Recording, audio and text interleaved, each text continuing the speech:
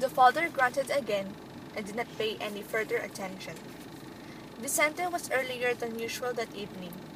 The children immediately put their lessons down, telling him of the envy of their schoolmates and, Please, would he buy some more pencils? Vicente said to the little boy, "Go and ask if he can let me have a glass of water." And the little boy ran to comply, saying behind him, "But buy us some more pencils, huh? Buy us some more pencils!" And then ran to their mother.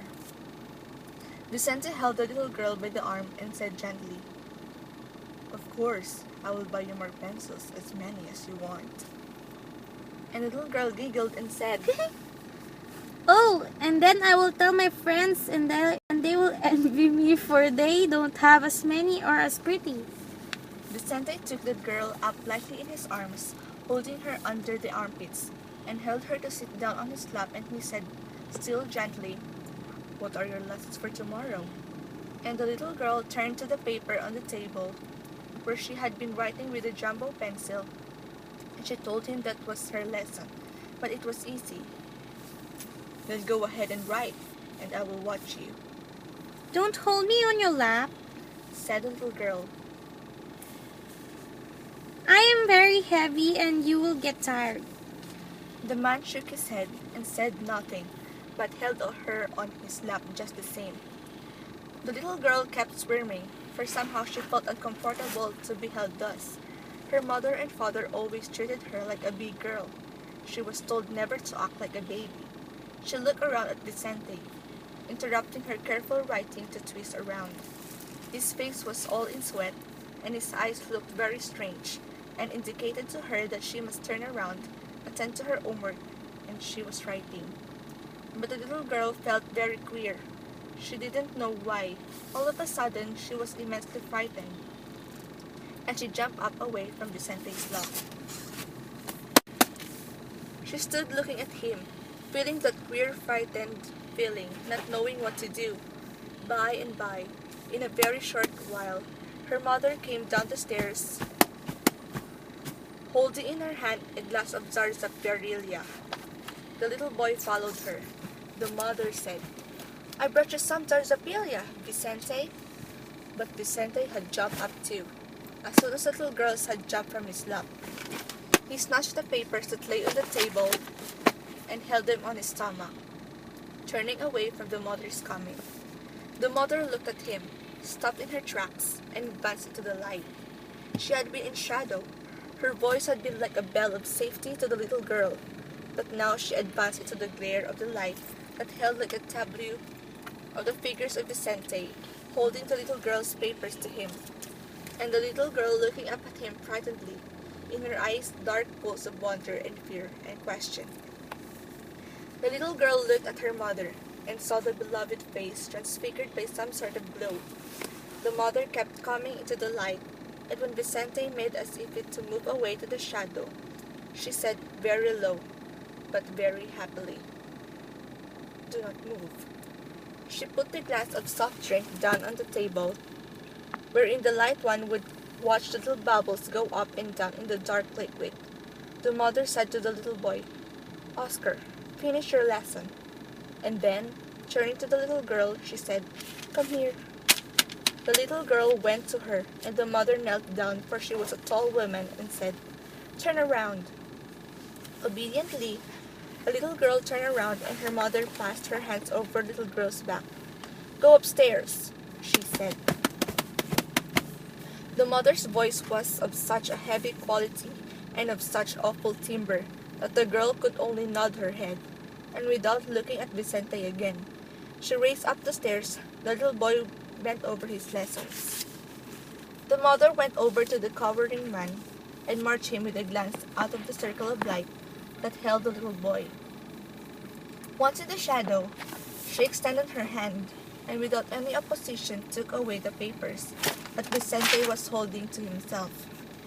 She stood there saying nothing as the man fumbled with his hands and with his fingers, and she waited until he had finished. She was going to open her mouth, but she glanced at the boy and closed it, and with a look and an inclination of the head, she bade Vicente go up the stairs. The man said nothing, for she said nothing either. Up the stairs went the man, and the mother followed him behind. When they had reached the upper landing, the woman called down to her son, "Son, go up to your room!" The little boy did as he was told, asking no question, for indeed he was feeling sleepy already. As soon as the boy was gone, the mother turned to Vicente. There was a pause. Finally, the woman raised her hand and slapped him full and hard in the face. He retreated down one tread of the stairs with the force of the blow, but the mother followed him. With her other hand, she slapped him on the other side of the face again. And so down the stairs they went, the man backwards, his face continually open to the force of the woman's slapping. Alternately, she lifted her right hand and her left hand and made him retreat before her until they reached the bottom landing.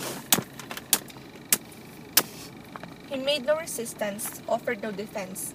Before the silence and the grimness of her attack he cowered, retreating until out of his mouth issued something like a whimper. The mother thus shut his mouth, and with those hard, forceful slaps, she escorted him right to the door. As soon as the cool air of the free night touched him, he recovered enough to turn away and run into the shadows that ate him up. The woman looked after him and closed the doors. She turned off the blazing light over the study table and went slowly up the stairs. The little girl watched her mother come up the stairs. She had been witness, watching through the shutters of a window that overlooked the stairs, to the picture of magnificence her mother made as she slapped the man down the stairs and out into the dark night. When her mother reached her, the woman held her hand out to the child, always also with the terrible indelibility that one associates with terror. The girl was to remember the touch of that hand on her shoulders, heavy, kneading at her flesh, the woman herself stricken almost dumb, but her eyes eloquent with that angered fire. She knelt. She felt the little girl's dress and took it off with haste that was almost frantic, tearing at the bottoms and imparting a terror to the little girl that almost made her sob. "Hush!" the mother said. "Take a bath quickly." Her mother proceeded over the bath that the little girl took, scrubbed her and soaped her, and then wiped her gently all over and changed her into new clothes that smelt with the clean, fresh smell of clothes that had hung in the light of the sun. The clothes that she had taken off the little girl she bundled into the tight wrench bunch, which she threw into the kitchen range.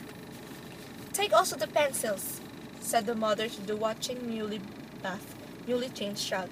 "Take them and throw them into the fire." But when the girl turned to comply, the mother said, "No, tomorrow will do." And taking the little girl by the hand, she led her to her little girl's bed, made her lie down and tucked the covers gently about her as the little girl dropped off into a quick slumber.